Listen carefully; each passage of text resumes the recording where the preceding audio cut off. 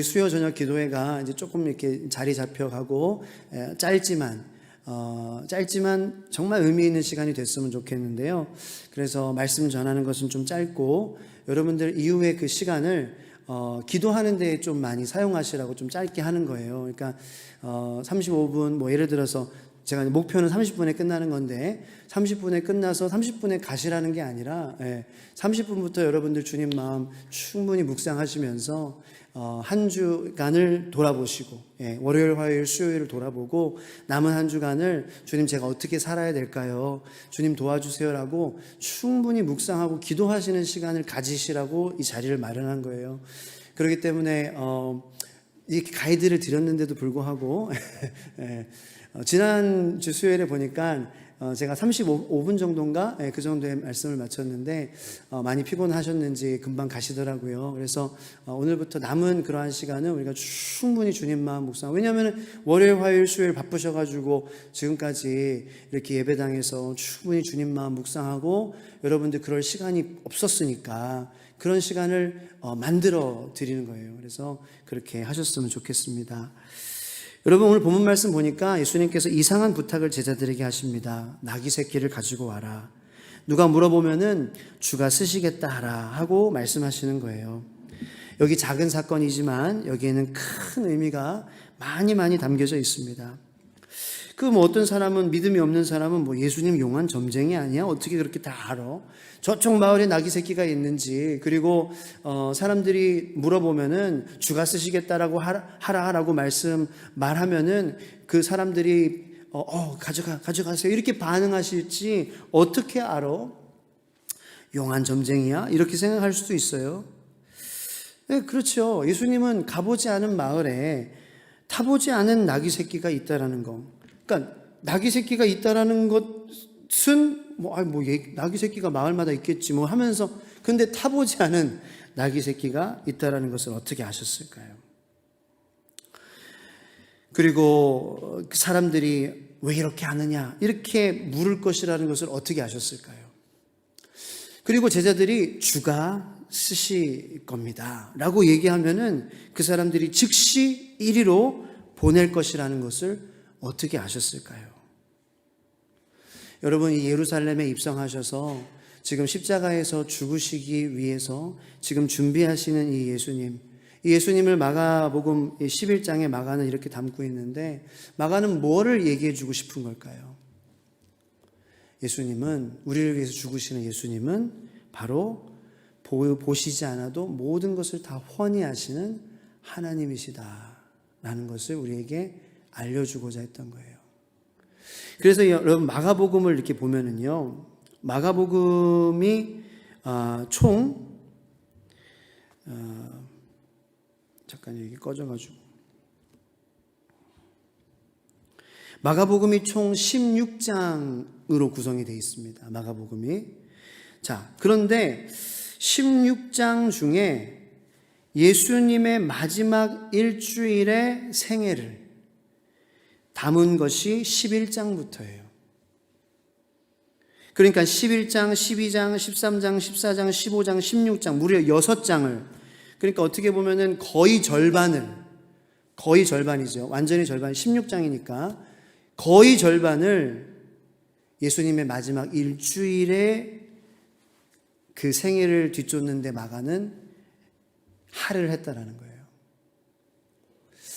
그것을 볼 때에 이 고난주간이, 예수님의 고난과 예수님의 그 마지막 일주일 순환이 우리의 인생에서, 우리의 신앙생활에서 얼마나 중요한지를 마가는 그걸 통해서 보여주고 있는 거예요.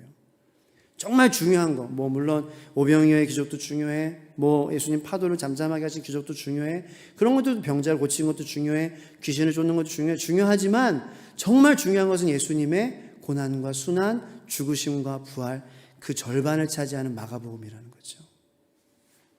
여러분, 우리의 신앙이 재정립되고 다시 한번 우리가 잘못 생각했던 그런 부분이 있다면은 그것에 대해서 고집 부리지 마시고요. 내가 잘못 믿었습니다, 주님. 제가 잘못 알았습니다, 주님에 대해서 오해했습니다라고 돌이킬 수 있는 그런 믿음이 저와 여러분들의 믿음이 되길 축복합니다. 왜냐하면 그거는 우리의 영생을 우리 고집 피워가지고 뭐 될 문제가 아니라는 거예요. 얼른 우리가 잘못된 게 있으면 얼른 납작 엎드려져야 되는 거예요. 정말 예수님 죽으시는 예수님은 당연한 게 아니에요. 하나님이 죽으시는 거예요. 왜 우리는 당연하다고 생각했을까요? 당연하다고 생각하니까 이거를 묵상하지 않는 거예요. 사실 고난과 부활은 매일 반복적으로 묵상해야 돼요. 고난 주간이 아니라 매일 고난 everyday가 돼요. everyday Easter. 매일 이스터가 돼야 돼요. 매일 부활절, 매일 십자가, 매일 주님의 고난 묵상하고, 이 하루에 24시간이 이 사순절을 축약하고 있고 품어야 된다는 거죠. 이 40일의 여정이 아니라 하루에 이게 계속 돌아가고, 그것이 이제 40일 동안에 계속 반복되는 거지, 40일 동안 하고 1년 동안, 남은 1년 동안 생각 안 하는 건 절대 아니죠. 우리에게 분명히 이 사건을 통하여서 마가는 얘기해 주고 있습니다. 예수님은 하나님이시다. 지금 하나님이 죽으시려고 하는 거다.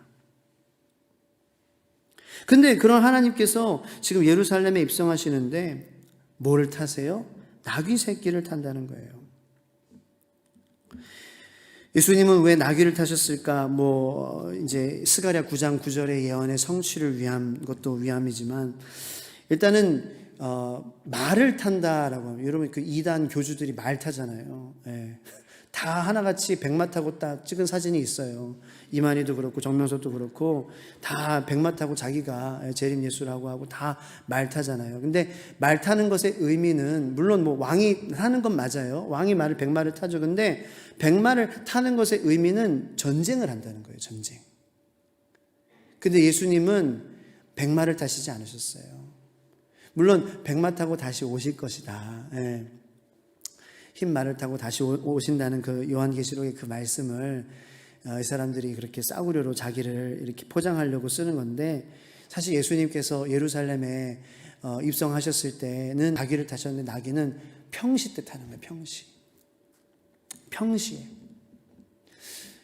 예수님께서도 물론 전쟁을 하셨지만, 예수님의 전쟁은 십자가에서 죽으심으로 우리의 죄를 사하여 주셔서 우리 마음 가운데에 죄와 사망의 권세로부터 풀려난 우리들이 누리는 평화를 선포하시려고 예루살렘에 입성하신 것입니다. 그것이 예수님께서 싸우신 전쟁이에요.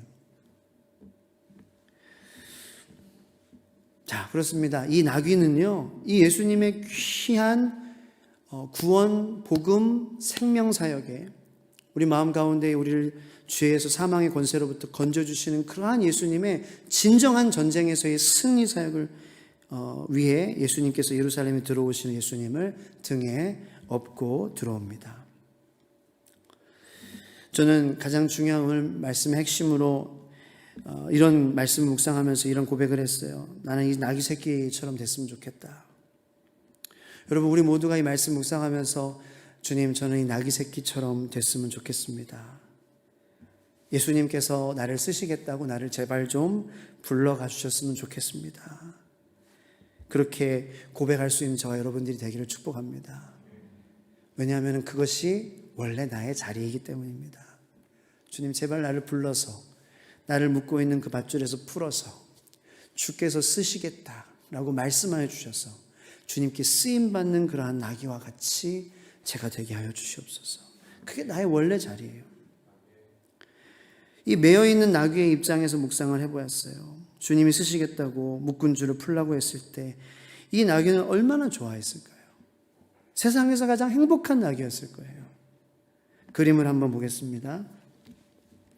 이 나귀의 그림을 누가 그렸는지 모르겠지만 그리스도인의 모습을 전형적으로, PPT 한번 보여주시고요. 그리스도인의 모습을 전형적으로 아주 단편적으로 아주 간단하고 명료하게 그리스도인의 삶은 바로 이러한 삶이다라고 보여주는 한 폭의 그림이 바로 이 그림입니다. 저는 그렇게 생각해요. 예수님이 모든 영광 받으시지만 나귀는 어디를 보고 있어요? 고개를 숙이고 있죠. 하지만 주님을 업고 가는 그 나귀의 모습은 너무 행복한 거예요.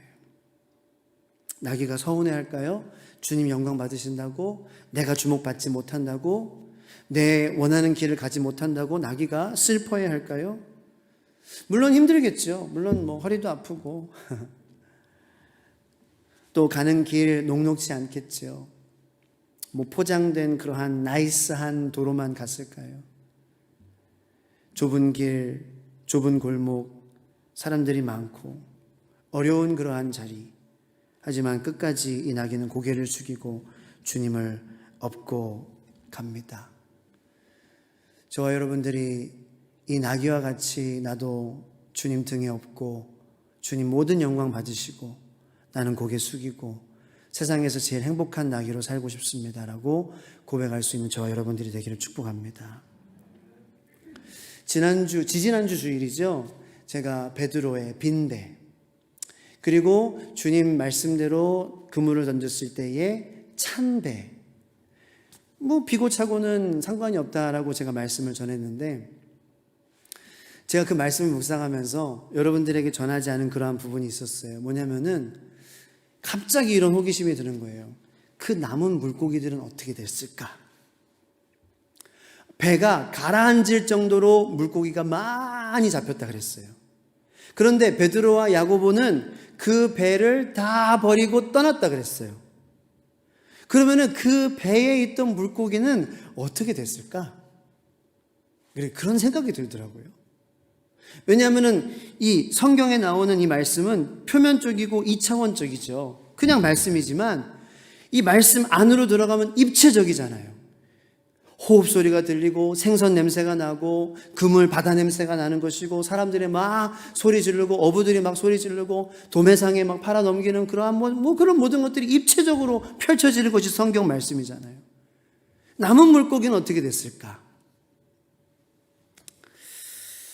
다시 물속으로 풀어주고 돌아갔을까? 아니면 그냥 뒀으면은 누군가가 그 물고기를 아마 가져가진 않았을까? 아니면은 배에 두고 그 물고기들이 다 썩어 없어졌을까? 썩었을까? 주변에 있는 사람들이 와서 아마 그 먹으려고 가져갔겠죠. 그죠? 그래서 제가 그 물고기를 생각하는데 그 물고기가 썩어져 버렸건 누가 가져가서 도매상에 팔았건 아니면 베드로와 야고보의 친척들과 친구들이 와서 와, 땡 잡았다. 우리가 안 잡았는데 우리가 가져가야지라고 가져가서 그들의 배를 저녁 식사상에 이렇게 하고 구워져 가지고 눈깔 이렇게 해가지고 올려졌건 갑자기 마음에 야, 물고기야, 그 잡힌 물고기들아, 너는 참 귀하다. 베드로, 야고보 예수님께로 인도하고 이렇게 밥상에 올려졌으니 너희 생선들아, 내가 얕잡아 볼 생선들이 아니구나. 그런 생각이 들었어요. 심지어는 나보다 낫구나. 베드로와 야고보에게 예수님을 하나님으로 고백하고 따라가게 만드는데 도움을 줬으니 야, 물고기들아, 넌 나보다 대단하구나. 그러면서 그냥 뭐 시도 개뿔도 모르는 제가 이렇게 썼어요. 예수님을 따라가기 위해 베드로와 야고보가 버려두고 갔지만 너희는 참 귀하다. 베드로와 야고보를 살리기 위해 잡힌 너희들은 예수님을 생각나게 하는구나. 예수님을 닮은 너희 물고기들아, 참 귀하도다. 쓰임받고 버림받는 것도 귀하다. 소모되어지고 썩어 없어지고 누군가의 배에 들어가도 주님 영광 나타내는 것으로 감사하다. 베드로가 주님께 회개할 수 있도록 예수님이 누구신지 보여준 물고기들아, 너희들은 참 복되도다. 아무렇지도 않게 보이는 어항 속의 물고기, 때론 밥상에 올라오는 구수한 냄새의 생선, 일상에도 너무나도 아무렇지도 않게 보는 너희들이지만 그런 너희들을 사용하시는 예수님은 과연 하나님이시구나. 베드로의 회개를 도와준 너희들아, 너희들은 나보다 낫구나. 사람들을 예수님께로 인도하는 너희들은 나보다 낫구나. 나보다 귀하구나. 작다고 얕잡아봐서 미안하다. 물고기들도 사용하시는 주님을 찬양하자. 물고기들도 높이실 수 있는 주님을 바라보자. 작은 물고기들도 사용하실 수 있는 주님께 감사하고 겸손하자. 사랑하는 성도 여러분, 우리가 많은 사람들에 의해 쓰임받는 것도 귀한 것이지만 결국 그런 모든 일들 가운데 하나님께 쓰임받기를 원하는 사람이 이 세상에서 가장 행복한 사람, 하나님께 쓰임받는 나귀가 가장 행복한 나귀임을 깨닫는 저와 여러분들 되기를 축복합니다. 주님 손에 붙들린 것이 축복입니다. 우리 시간 기도하기 원하는데요, 불 다 꺼주시고 제가 찬양을 좀 이렇게 틀어드릴 거예요. 그 찬양 말씀을 한번 이렇게 들어보면서 기도하세요. 기도할 때에 주님, 우리는 다 목자 없는 양같이 주님 계신데도 제 갈 길로 가려고 하는 무지하고 연약한 양과 같습니다. 겉으로는 멀쩡해 보이지만 아직 내 안에 더럽고 추악하고 냄새나는 욕심과 죄들이 많습니다. 그리고 상처도 쉽게 받고 상처를 주기도 하는 부족한 저희들입니다. 그런데 주님, 저희들이 어디에 그렇게 쓸만한 게 있어서 저희들을 붙잡아 주십니까? 주께서 쓰시겠다 저희들에게 말씀해 주십니까? 내가 어디에 그렇게 쓸만한 게 있습니까? 그러므로 주님께 쓰임받는 것은 너무나도 기쁜 것입니다. 저희를 찾으시고 쓰시기 원하시는 주님께 붙들린 인생을 살아가게 하여 주시옵소서. 이 시간 찬양 들으면서 이 시간 계속 이후로 주님 마음 묵상하고 주님께 결단하며 나아가는 기도를 드리기 원합니다. 기도하겠습니다.